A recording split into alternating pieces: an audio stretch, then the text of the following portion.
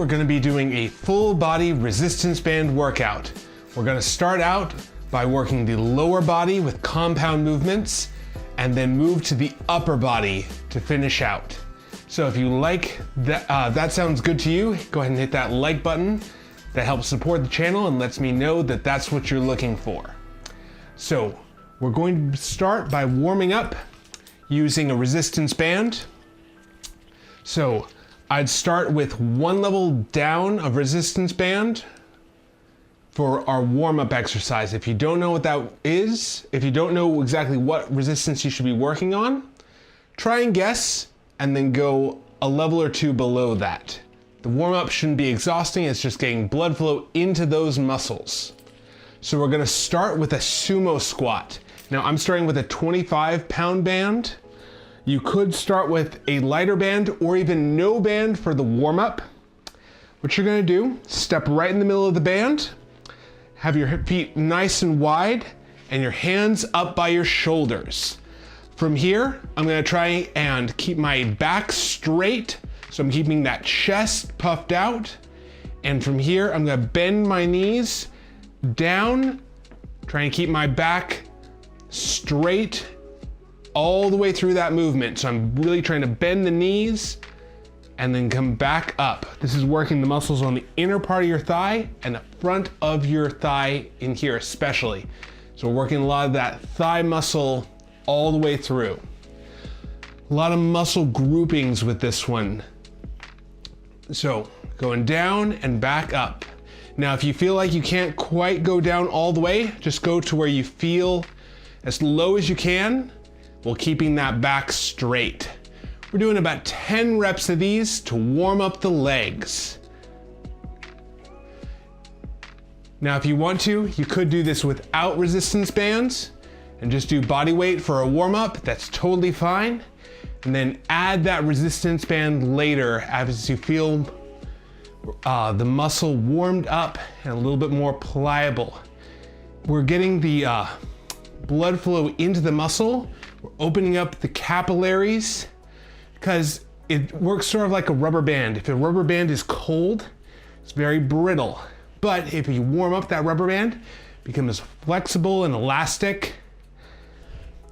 Similar thing with your muscles. So we want to make sure that we're not going in cold into a high intensity workout.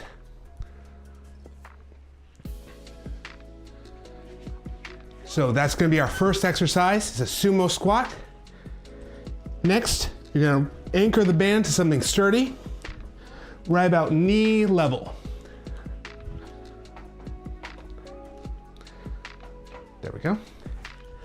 Now we're gonna do a pull through. So you're gonna step with the band going through your legs, then walk out till the band is pulling you through between your knees. Now from here, keeping your back straight. You're gonna push your hips out to the back, feeling that stretch in your hamstrings. That's the muscle that runs right back here in the back of your thigh. We're working the hamstrings and glutes. So we worked the front of the thigh with the first exercise. Now we're working the back of the thigh with the next exercise. So I'd start with a lighter band and then work your way up. So if it's, try a couple reps. If it's too light, where you don't really feel any resistance, go to a heavier band. The goal is to do about 10 reps, warming up that muscle. So keeping the back straight, pushing the hips back, and then all the way to the front. I'm really hinging at the hips. So I'm driving my hips forward into a pull through.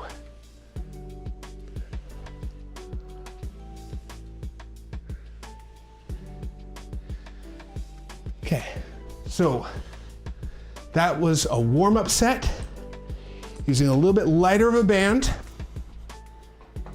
Now, if you haven't found a heavy enough band yet, go ahead and just keep on adding, going up in band level till you find one that gets you tired by 10 reps.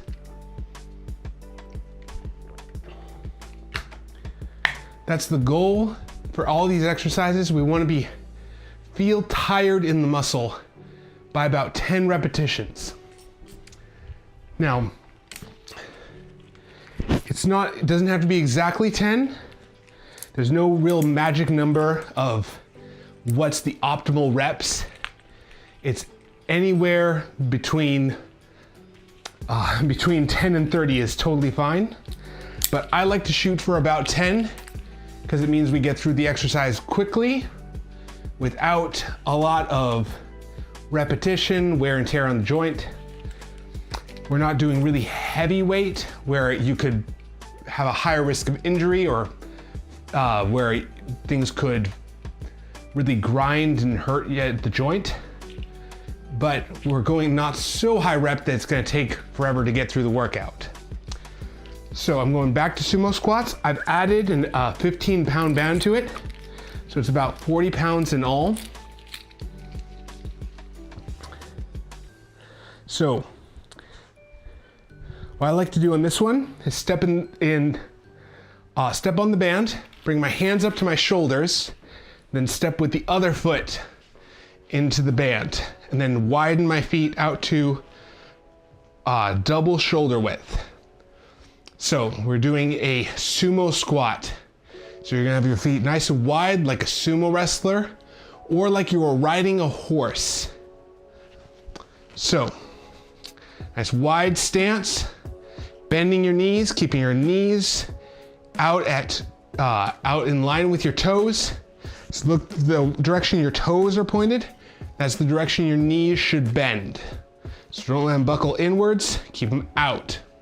You can also push them against the band if that helps you have that feeling of pushing against that band. That's where you want them to be, pushed out. So we're gonna try for 10 reps.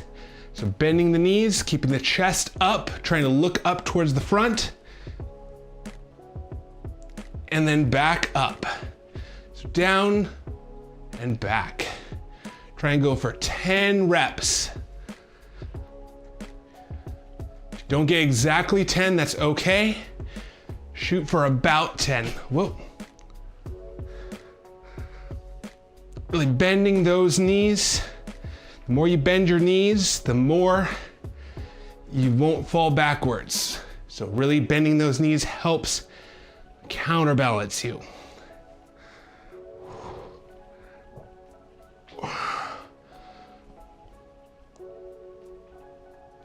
Oh, and relax. Let your hands drop down and your feet come together and step off the band. So that was our first set of sumo squat. We're gonna try for 3 sets because 3 sets is a good number to shoot for where we're building up muscle strength and endurance and muscle size. So I like to do 3 workouts with 3 sets each in a week.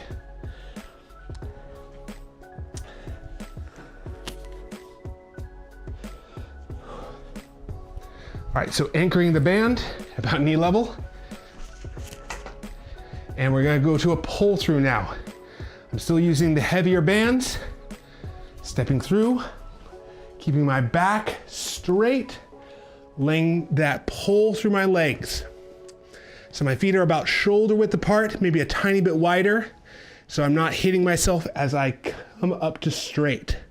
So I'm gonna pull through, pushing my hips forward, and then my hips backwards. So I'm not leaning forward with my back, I'm hinging from the hips. So really sticking your butt out, then pushing through, pushing your butt forward.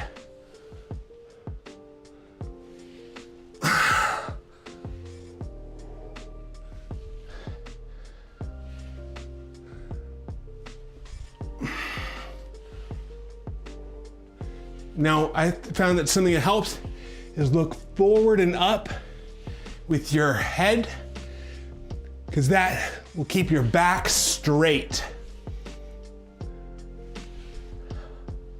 One more. and relax. Go ahead and step back, let tension off the band.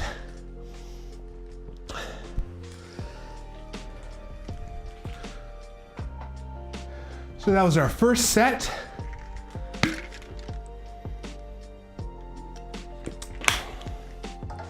Now, if you're just starting out and that was really tiring, take a minute before we go on to the next set. Let your body recover a little bit more. Let your heart rate come back down. That burning sensation, if you have that in your muscles, let that subside. Just take a minute or two and then we'll go on to a second set. Now, if you ever get to the point where you feel like you can't keep going, you have to stop, that's okay, especially if you're just starting out. Maybe you only can get 2 sets. That's totally fine. Try and do 2 sets for a week or 2, then try again for 3 sets. See if you can get that 3rd set in. And that's what's called progressive overload, where we're gradually increasing that difficulty as we go. It's one of the ways of continuing to challenge your muscles, is progressively increasing that volume. Other ways are increasing the weight or the number of reps. So we always want to keep challenging the muscle in one of those 3 ways. So going back to sumo squat for set number 2, feet nice and wide, toes pointed to the front, maybe a little bit angled outwards, and bending your knees, keeping your back straight. So going down, back straight, and up. You should feel this on the inner part of your thigh and the top of your thigh. I'm trying to drop my elbows down to my knees. I'm really trying to bend deep into that squat.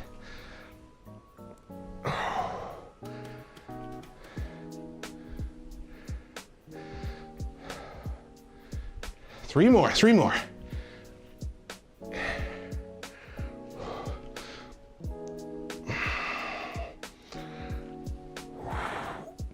And relax. Go ahead and let the bands drop down and step off the band. All right, going back to a pull through. We're doing these in more of a superset where, well, one muscle is not the primary mover.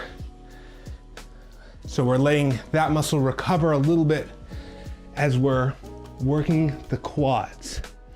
So going through your legs, back straight, hips push towards the back. You should feel that tension in your hamstrings in this position. From here, you're gonna pull through and then back down, trying to hinge from your hips. This is a great exercise to help stretch your hamstrings and strengthen them at the same time. So we're pulling through with the hips, not with the low back. If you feel it with your lower back, you need to push your hips back more to really drive backwards with those hips. So I'm really letting my butt stick out to the back.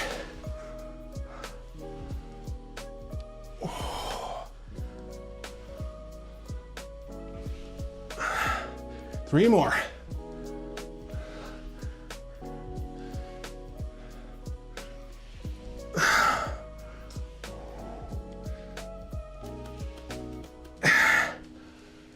And relax and walk back. So that was set number 2. We're trying for 3 sets total. So we got one more set of legs and then we'll do some upper body compound movements as well.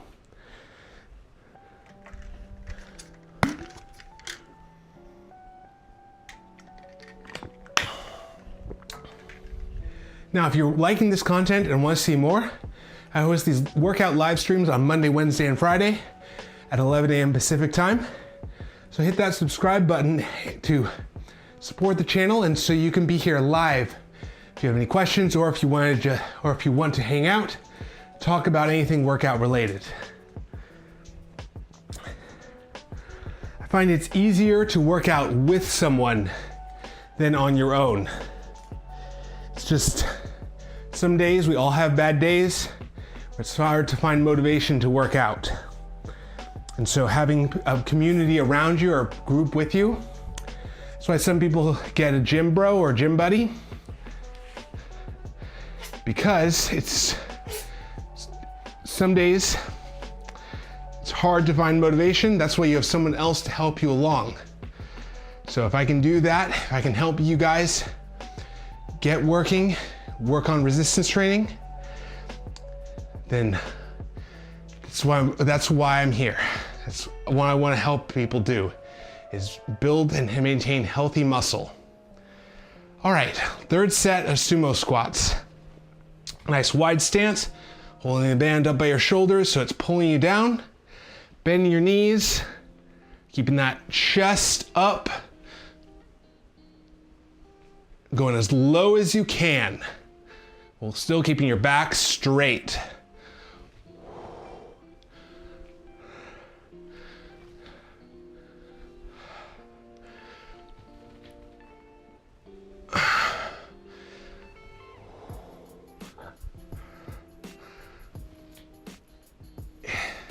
Two more. Last one. And relax. Should feel really tiring by that last rep. And that's where we're really building muscle, is as the muscle gets tired and is challenged. That's where we're actually... Oh, Shoya says the algorithm picked a nice thumbnail. It's always good. I'm glad that it's showing well. Give me a second.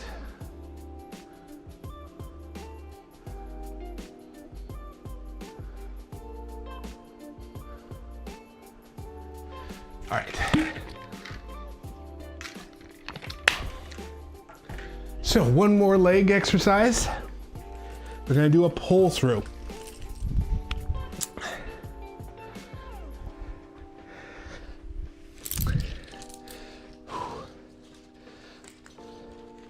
So, stepping right through the band, this is working the muscles in your glutes and hamstrings, and that what's called the posterior chain, it's that lower part of that in the hips. So, feet about shoulder width or a little bit wider, hands through the legs, you should feel that pulling you backwards towards the post. From here, keeping your back straight, pulling up to the front, driving those hips forward. We're working the hamstrings and glutes.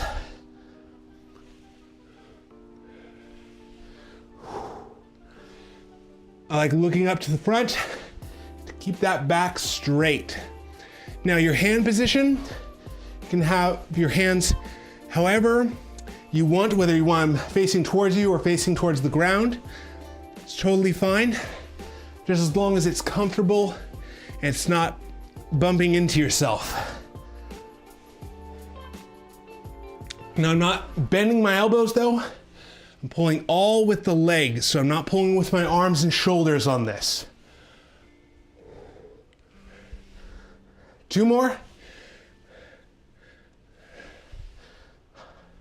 Last one. And relax. And walking towards the back. And letting that resistance go.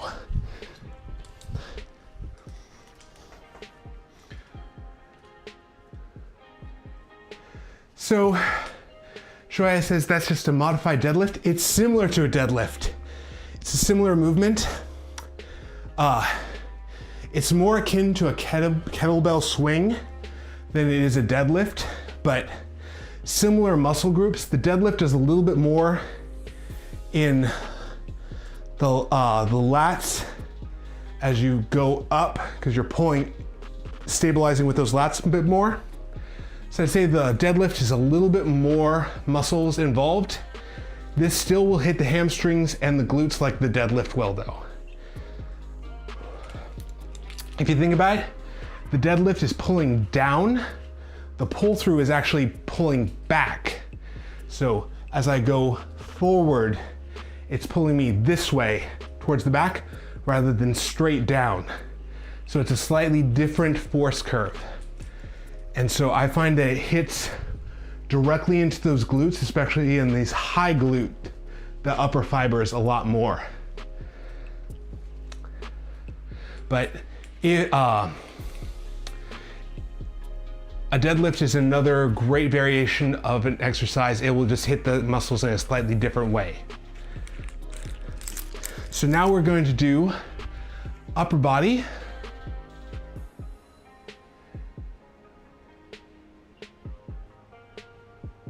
Kettlebell swing is a great exercise. It's really difficult to just activate the legs and hips. Yeah, I find the kettlebell swing, sometimes people can get into a rhythm with it. It's sort of like kipping for a pull-up, where you can actually sort of create this momentum and use your muscle more like a rubber band. That's why I like the pull-through a little bit better, because you're having to control the movement all the way through. You have a nice steady pull rather than a ballistic swing. And so I find that's a little bit better for people to really connect with that mind-muscle connection where they feel it in the muscle.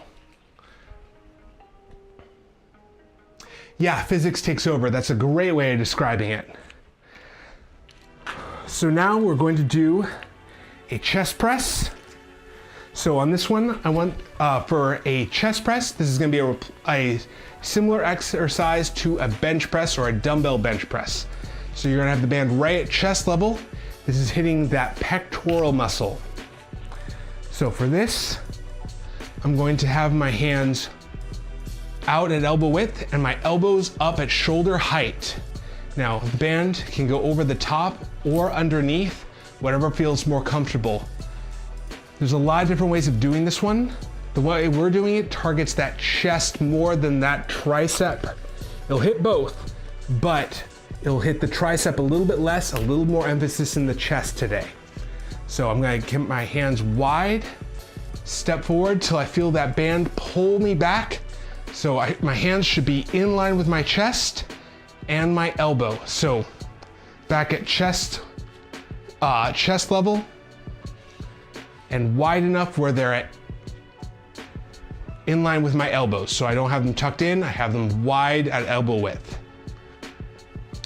From here, I'm gonna push out towards the front, really feeling that pull in my chest as I come back. So I'm trying for about 10 reps of this at this weight, just getting a little bit warmed up in my chest. Now, don't collapse down forward. Try and keep the chest out and up. If you want to, you can step forward with one foot to help with balance, but keep that chest up.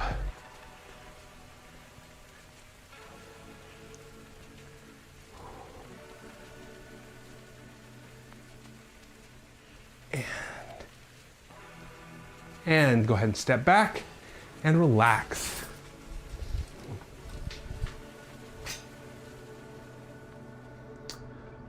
What do I prefer, a fly or a chest press or a press movement?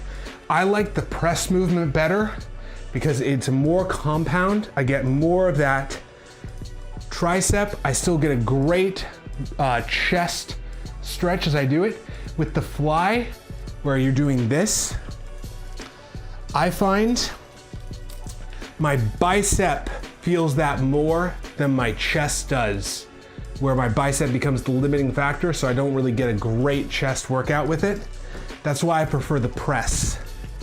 And it's more of I don't get a bicep pump or a bicep great work. It just feels like it's uncomfortable in my bicep tendon. So I personally don't do as much of the chest fly movement because it just doesn't feel good on my shoulder, so I don't, and it's hard to load maximally for me. But I know some people, it feels great, it works well for, and so if that's you, if you feel a great chest contraction on the fly movement, doing this, then I would say it can be a good option for you. So everyone's a little different. Some people different exercises work better or worse for, just depends on how your joint is configured. So for this, what we're gonna do is we're gonna do a row. So thumbs pointed up towards the ceiling. I'm gonna let this band pull me all the way forward so it's pulling my shoulder blades apart. From here, I'm gonna pinch my shoulder blades together and pull back to my rib cage. We're engaging the muscles in the bicep and the lats, which is the upper back. So I'm gonna stand far enough away where the band is pulling me all the way to where I'm fully extended.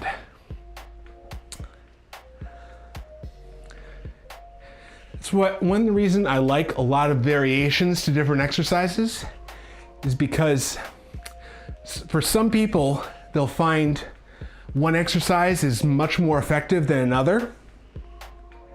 And that's why it's not one size fits all, where one muscle is worked the best by a particular way of doing it. Sometimes you need to play around with a couple different exercises until you find the exercise that really benefits you. And then once you do, stick with that one for a while, like a couple months. And that's where you will see that growth.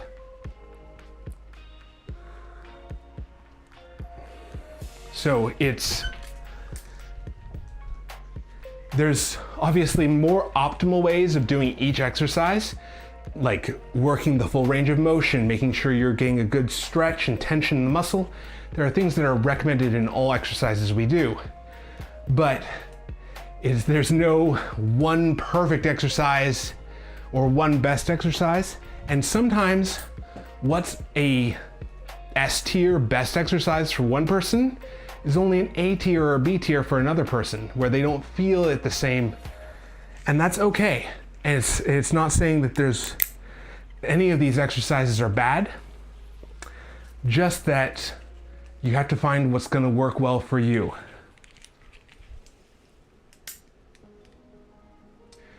Can you tell how the rhomboids work? Like what movement they aid to? So the rhomboids, it's a great question, do two things. Their primary job is a shoulder retractor. They actually pull that shoulder blade flat against the rib cage. So they're a shoulder blade stabilizer. So they're a little diamond shaped muscle right in here. They pull back primarily. That's the other thing they do is they lift the shoulder slightly. So they'll pull back and up.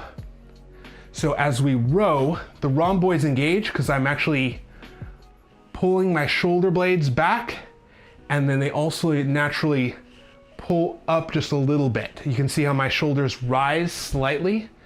So the rhomboids are primarily for that shoulder blade stabilization where they keep it flat against the rib cage. So imagine this is my shoulder blade, this is my rib cage. So I'm gonna show you from a side view as if I was like this. So they pull that shoulder blade like this so it can glide along the rib cage. It's not grating like this. So they'll pull that and lift like that. So that's what the rhomboids do. That's a great question. Hopefully I didn't get too nerdy on that of breaking down the biomechanics of it. Yeah, it's actually part of a pair of muscles that hold that shoulder blade. You've got the rhomboids on one side and then the serratus anterior on the other, which runs right here in your armpit, sort of across your rib cage. So those two muscles help hold that shoulder blade at both sides of it so it doesn't rock and wing. That's what it's called when the shoulder blade tips up like this. It's called winging. Yeah, it's called the rhomboid because it's rhombus shaped or diamond shaped. It's a square rectangular shaped muscle. So now I've done a warm-up set for the chest press, I'm adding an extra band. So I'm trying to get this to about 45 pounds per side, adding that 5-pound band. I'm going for about 10 reps. So chest up, bring the band over the top because that's more comfortable for me. So chest up, hands wide to elbow width, pushing out towards the front. Doing about 10 reps.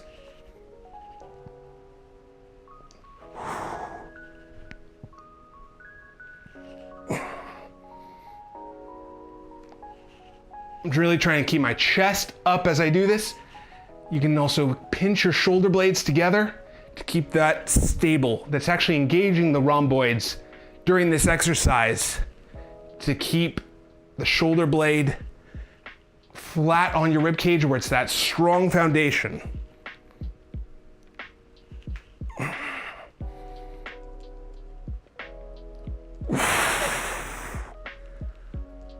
And relax, stepping back.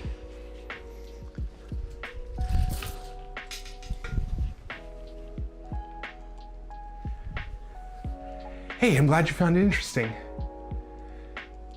So B2 says, I only have dumbbells and a barbell. How do I train my back effectively, including the lats and upper back and lower back?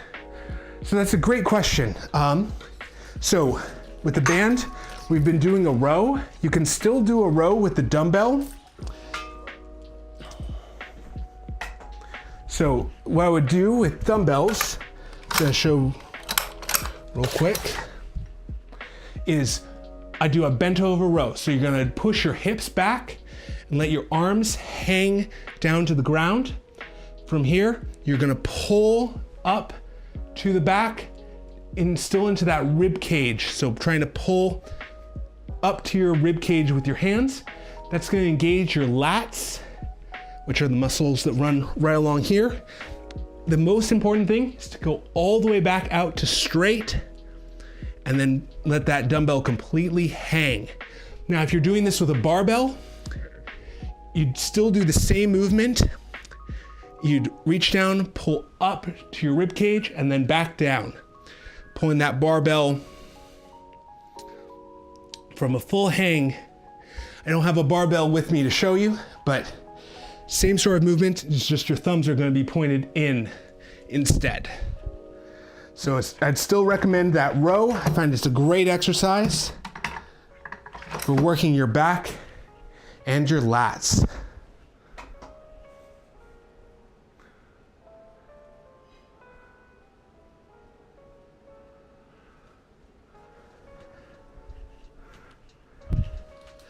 All right. So this is set number 1 of rows. Now this is what I do for a resistance band. It's the same movement, just we're doing a standing instead of a bent over row. So I'm pulling to my rib cage and back, letting that arm fully extend back out to the front. So I'm getting all those muscles around my shoulder blades, like the rhomboids, the middle traps, those muscles between my shoulder blades.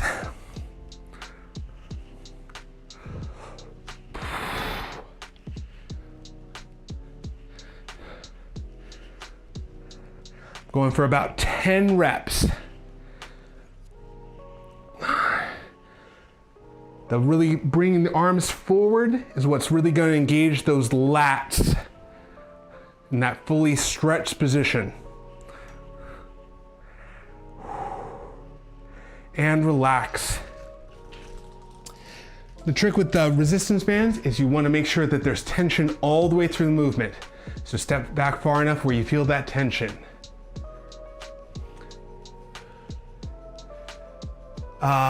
Shoya asked, rows and bent over shrugs. Thoughts on bent over shrugs for upper back? So, I've actually not heard that name before.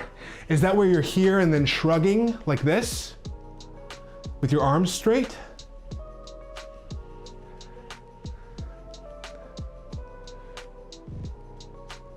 So that's kind of a more isolation movement. If that's how you're doing it, where you just pull the shoulder blades back in a shrug. Yeah, okay. So that's not a bad exercise. It's actually a really good, it teaches that mind muscle connection of that first part of a row. So we're engaging the rhomboids and the middle traps a lot with that. I'm actually doing the same thing with a row. I'm engaging that and then pulling up into a row for engaging some of that more bicep, more compound movement. So I'm still doing that shrug into that row. It's just shrug, arm, back with shrug. So I'm breaking that down a little bit slowly, but I'm doing that same reverse shrug as that first part of that movement. So one's a compound movement where we're doing a lot of muscles at once. The bent over shrug is a little bit more of an isolation movement where we're really targeting on those rhomboids and middle traps.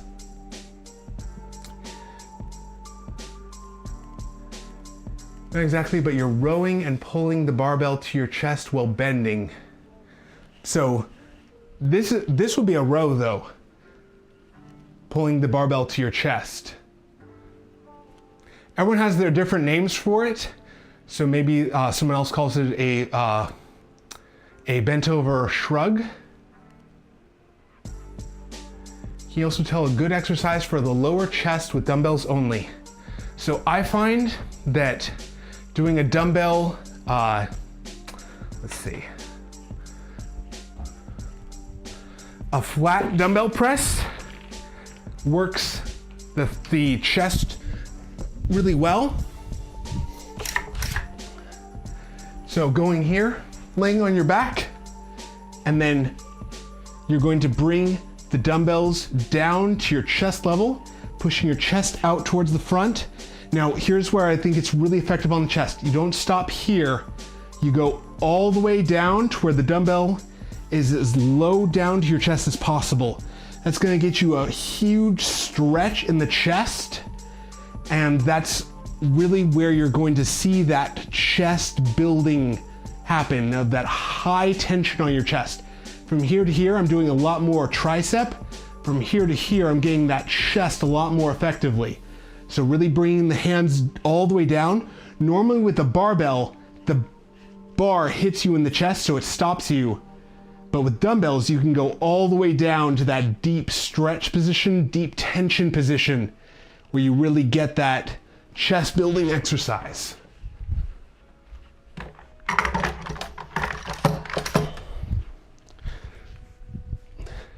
So I find that dumbbells actually have a big advantage over barbells for how deep you can get in that press exercise. It's a great question. Thank you for asking.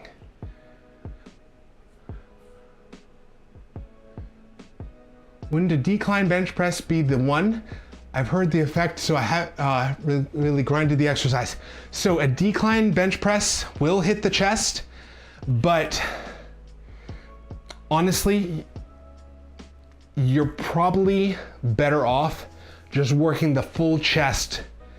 I know there was one study that actually tested incline press versus decline and flat press, and they found that the incline press worked the lower chest just as much as the other two.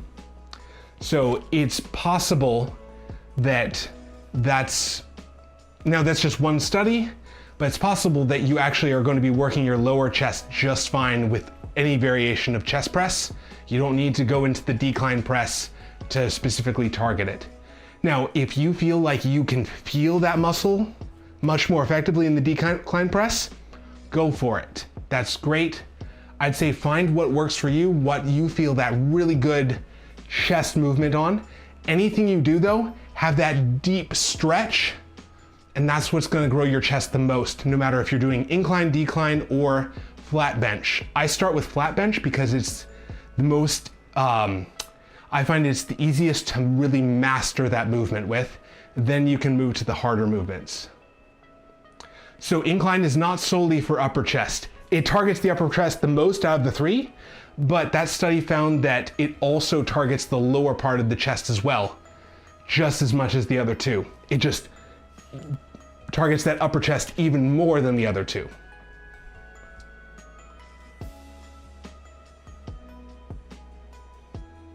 Yeah, we are team full range of motion here for sure, that's right.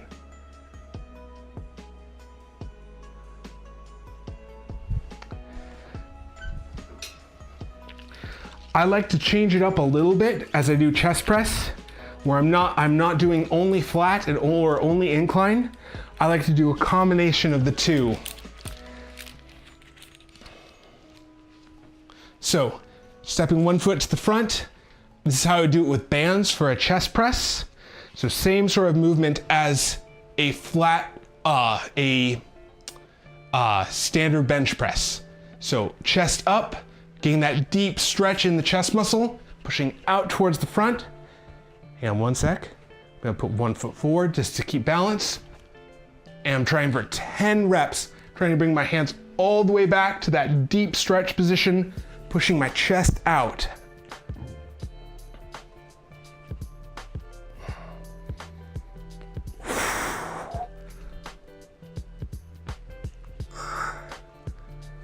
The wider my hands are, the more I'm engaging that chest. So I'm keeping them at elbow width. I'm not letting them go to a narrow grip. A narrow grip would emphasize more of that tricep, and today I'm doing more of that chest.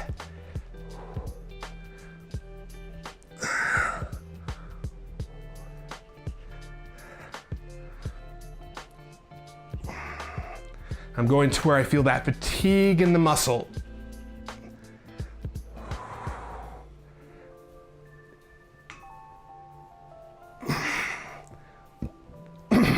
Excuse me. And relax, stepping back.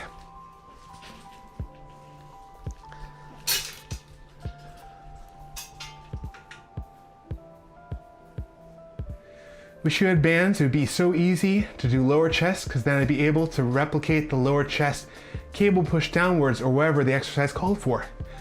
That's one reason I really like bands, is they're pretty inexpensive actually to get a full set of them. If you want to support the channel, I have links for the bands I use. I found that they're really effective, very durable, but if you find another set of bands that works for you, that's totally fine. Those are the ones that I found were really good. Tried a lot of different types, and some of them are not so good, like the weight is off on them. They say it's 20 pounds or 30 pounds, but it's definitely not. So if you're looking for a high quality set of bands, these are definitely the ones I'd go for. These are the Black Mountain bands for tube bands. I like it because it's a lot cheaper than dumbbells. But if you have dumbbells, you can definitely still do these same exercises. For an incline press, that's a little bit more challenging. What you could do is put a pillow underneath your hips to bring your hips up, and then arch your back so you're more at that incline, or that decline rather. Or if you're trying to do incline, you can put more padding underneath your shoulders to bring that chest up. So we can always play around with it and try and get that movement. Okay, so now we're doing a row. So if you don't have an incline or decline, you can still build your chest doing a standard dumbbell bench press. Just laying on your back, bringing the hands down, and you're still gonna build chest. You're still gonna just make sure you're going to where you feel fatigue in that muscle.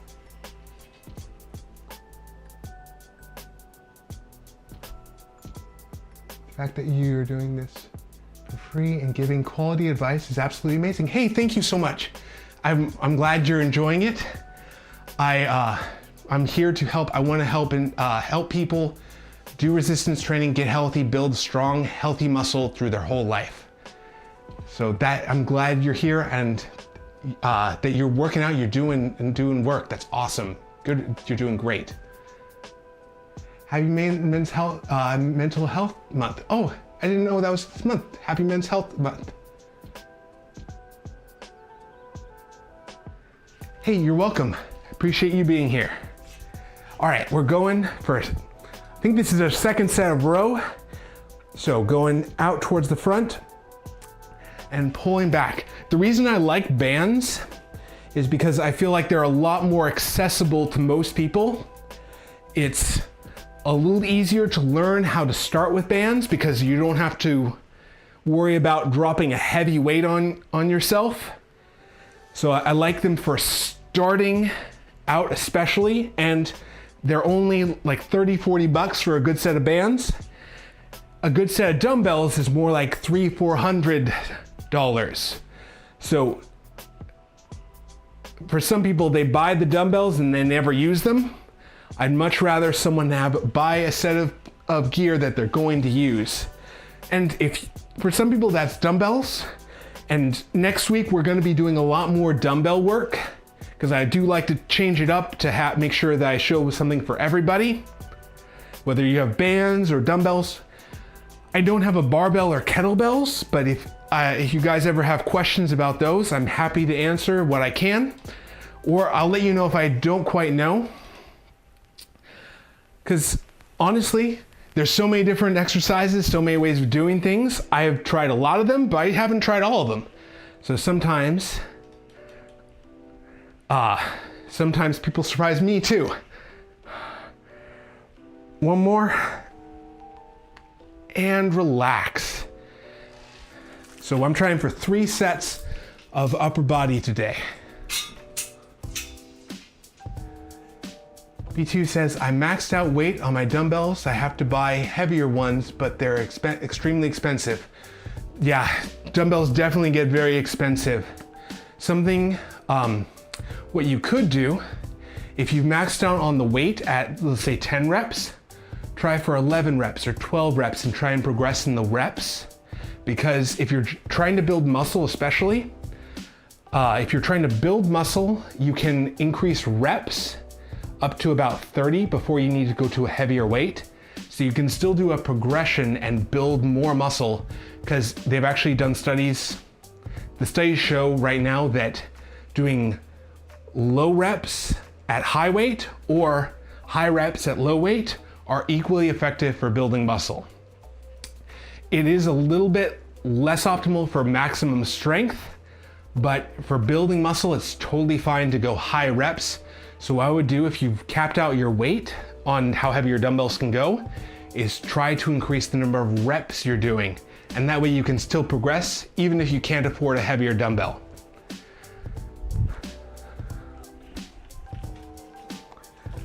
So going for a 3rd set of chest press. This is our last set for upper body. I like this because it hits a lot of muscles in the upper body. Right, excellent. Now, I think a lot of people don't realize that think they need to go heavy, and heavy is great, but you can also challenge the muscle by going higher reps and really feel that muscle burn. The whole thing is about challenging that muscle though. So whatever you do, whether it's high reps or high weight, you want to go to where you challenge that muscle.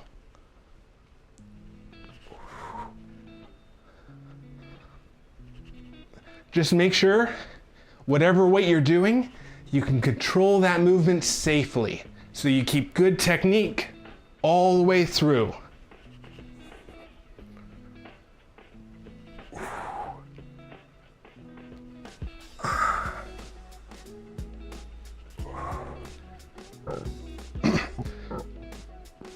Excuse me. Last one.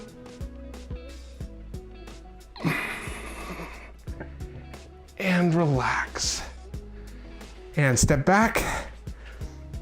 Got one more set to do, or one more exercise to do. Currently do about 24 reps for the heaviest weight. Wow, that's impressive. So you're probably pretty close. When you get to about 30 reps, that's about the maximum where you would want to look for a heavier weight. 24 reps is a lot of reps though. So it does sound like you're pretty close to maxing out those dumbbells. So, hang on one sec. Can't quite read that from where I am. More reps, low eccentrics, maintaining full range of motion. Absolutely, that's great advice. All the factors add up. Once tried an easy bar curl with bands and caused the weight, because the weight wasn't enough. Though it seemed effective, it was tough to balance the bar. That's fair. When you're attaching the bands to the bar, especially if you're not right in the middle of the band, standing where the band is really even, it'll pull slightly off to the side and you definitely don't want that. The thing about the band with pulling up is its resistance curve. If you're like this, pulling down is its most resistive right about here. And that's a problem. What I like to do instead is wrap the band here around like a post or something secure, and then have the bar here, because this right here is the most resistance from here to here in that lengthened position. And so you really get that effective tension on the muscle. And then in this range where you don't really need high tension, right here to here doesn't really add more tension, but here down in this range, you really feel that tension. So even if you're doing it with a bar, sort of attached through the band, that's what I like to do to really get an effective curl, because it pulls the tension directly against the muscle rather than straight down. And I'm putting all that tension in the most muscle building part of the movement. Thanks, Troy. Yeah, Troy says you're spitting clear facts. Appreciate that. But yeah, especially with bands, the thing you have to really watch out for is that the tension is even on both sides, because it can get out of balance very easily one way or the other. So I always try and line up the band so it's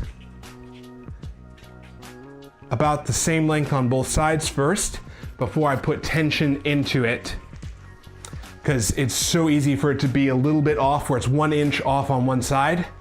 I've put a ton more tension into one arm than the other. And that's even harder to do with a bar. So pulling out and then back to the rib cage.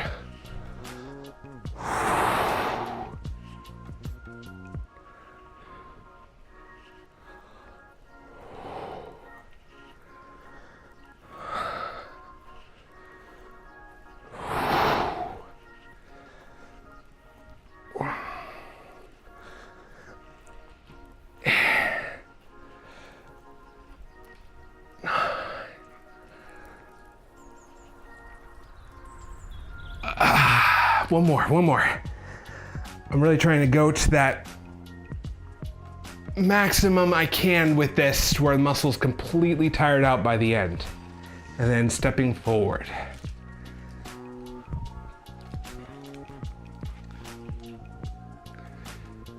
Can you advise a good exercise apart from rear delt flies for rear delts, for the dumbbells only? Like, is there any variation, because rear delt flies are kind of hard to master even with lower weights? Yeah, that's a great question. So something I like for rear delt flies is a shoulder W. So you can even do this without dumbbells, just to start out to get the feeling down. Another name for this would be a face pull. So what you're gonna do, start with your hands down to the sides, and you're gonna bring your shoulders back. So I'm trying to twist up towards the back with my hands and pinch my shoulder blades together. So you should feel that back here in that posterior deltoid and in your rotator cuff here. So you should be able to feel that posterior deltoid contract underneath as you lift up to the back. So this, you can start out even with body weight, to where you're going down all the way to the ground, or all the way where your fingertips are right at the ground, all the way up, pulling past your face. You can also, I've also heard this called the hitchhiker, where you're bringing your thumb to the back. So you should feel this right in the back of your shoulders, doing about 10 to 15 reps to start with. See if you feel that burn in the back of your shoulder. And then, as you get stronger in it, you can add a dumbbell. Doing the same movement, you should really feel that in the back of the shoulder. I like that better than the reverse fly, doing like this, because it gets a little more external rotation of the shoulder into that movement. So instead of doing this out to the side, I'm doing a similar movement, but it's a little bit more practical, I feel. Okay? If you want to, if you don't have a dumbbell that's appropriately weighted, take a water bottle. It's 16 ounces of water, that's 1 pound. You can do this holding a water bottle to start with as well. That same sort of movement, pulling up to the back, past your head. Yeah, so face pulls will hit that posterior deltoid along with the infraspinatus and teres minor. So you get a little bit of that infraspinatus and teres minor, which run along the back of that shoulder blade and ball and socket of the shoulder. So we're working your rotator cuff and your posterior deltoid really effectively, pulling up to the back past your head. If you have a water bottle, that's a great way of getting a 1 pound weight. Most of them are about 1 pound. You could even do a big water bottle for a 2 pound, or if you have a can of soup. Those are also 16 ounces. You can use a can of soup. That most people don't realize some of those things just you have around the house can substitute as light weights. Don't need to buy a 1 pound dumbbell. But so hopefully that helps. Thank you guys for being here, for all the great questions. So I host these live streams on Monday, Wednesday, and Friday at 11 a.m. Pacific time. I'm gonna sign out for now. Hope to see you guys there. If you like this content, hit subscribe to the alert, and hope to see you guys next time on the live stream.